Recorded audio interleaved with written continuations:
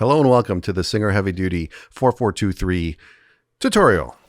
The pedal and power cord are all in one cable. It can only go in one way.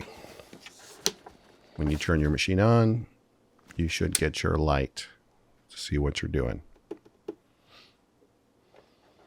On top you have your stitch width selector, and underneath that is the length stitch selector.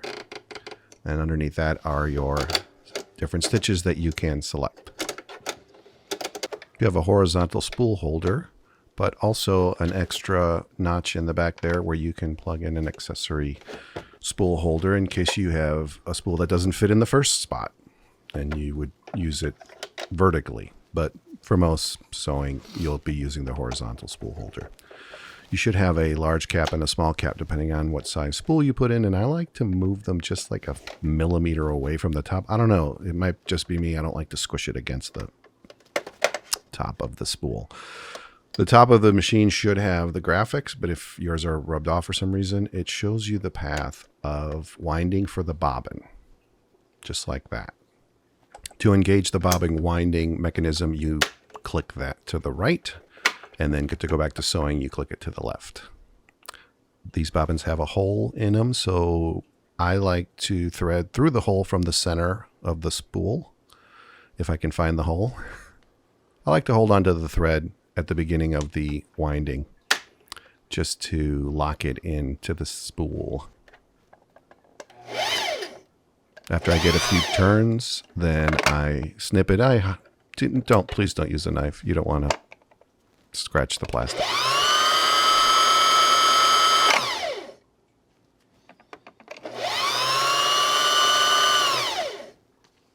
And like we said, click it back so you could be in sewing mode. And now you see why I didn't want to use the scissors in the last take. When you install the bobbin in the bobbin holding area, the thread needs to come off the left side if you're facing it. What is that, counterclockwise maybe? They even have a little etching, hopefully, on the plastic that shows you the path of the thread. So, falling off the left edge. Oh, oops. He scores!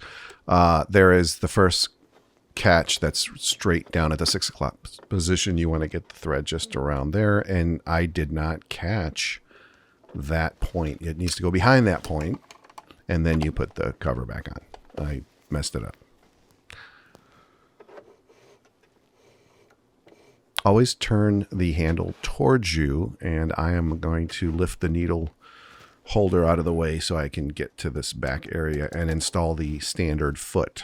On this Singer Heavy Duty, the C foot is the standard foot. You can do most of your stitches with that. And then you just lower it down. It snaps onto the bar in the center of the foot. When you try to get new feet for your machine, make sure you get the right ones, because they make different sizes of those rods that may not fit. So the needle goes in through that bottom area, and then there's a hand tightening screw for it. These, I think I got them off Amazon. There's like 500,000 for like $9 or something. I may be overestimating. This is a common modern needle that you might find in a lot of machines, and on the shank, which is the top half of it almost, you'll see there's a flat part. On this Singer machine and a lot of other machines, the flat part faces toward the back of the machine when you're sitting in front of it. Some machines, it faces to the side. So lift the needle holder all the way up and have it, the needle facing toward the back, and get it up as far as you can. Sometimes you might have problems with sewing because you did not lock the needle all the way up. So I'm just making sure that it goes all the way to the end, hold it in place, and tighten. Finger tight is good, just nice and solid. I know I have the machine plugged in with the pedal nearby. You're not supposed to do that because you can accidentally get the machine going. But if I turn off this machine, then the light turns off, and I was too lazy to, get external lighting.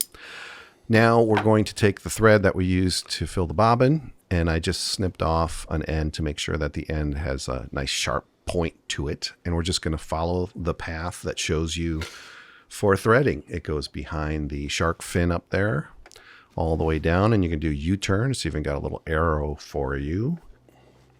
and we'll turn the knob toward us, never away from us, so that we can get the thread take-up lever to come up, because that's the next spot where the thread needs to get behind. So I like to get it into the top position there and get the thread behind it so that I come back down in that same groove.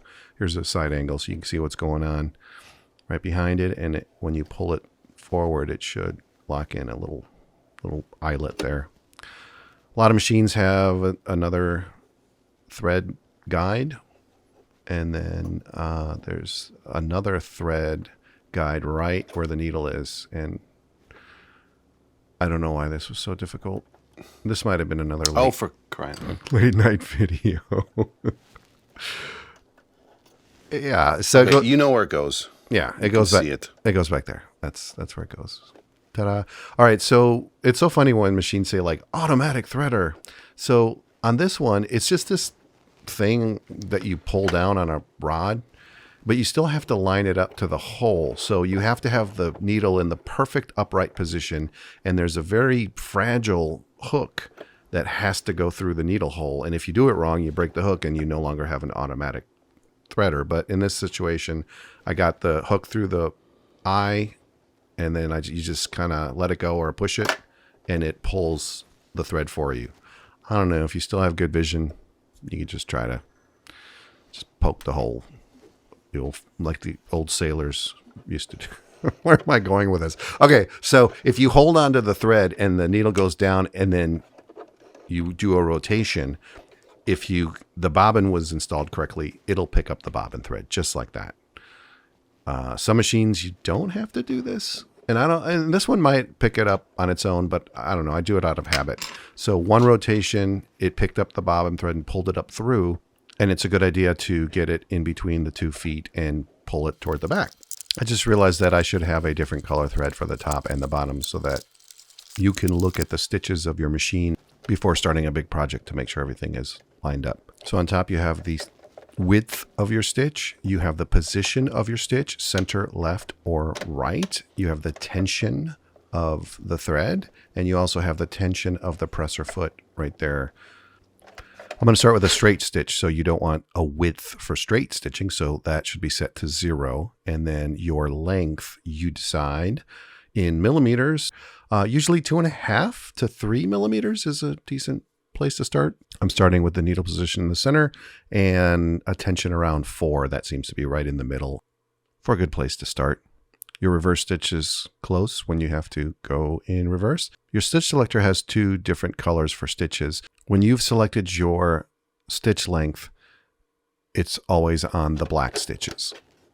Turning the stitch length dial all the way to the S1, which is a blue symboled S1, it's telling you that now whatever you select on the bottom will be the blue stitches will be coming up. But I'm going to go back to the black stitches straight stitch, which is right there. And I'll do like a 2.5 millimeter length just to start.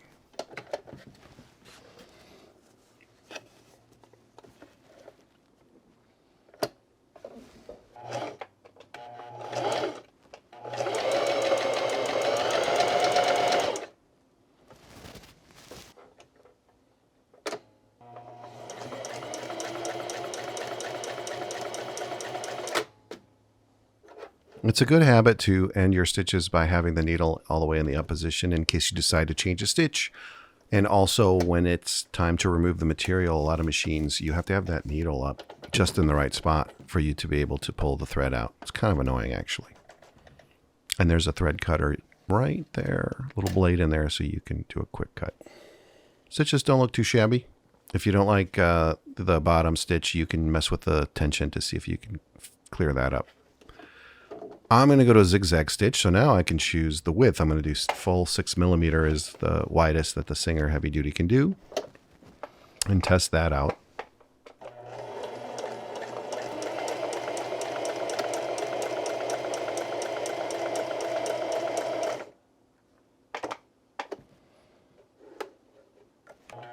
I didn't show it, but I shortened the length of the stitch so you can see the difference.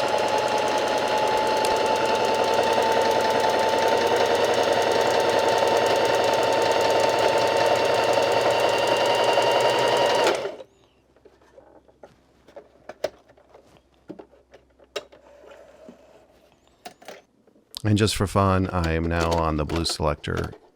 I'll just pick a fancy stitch.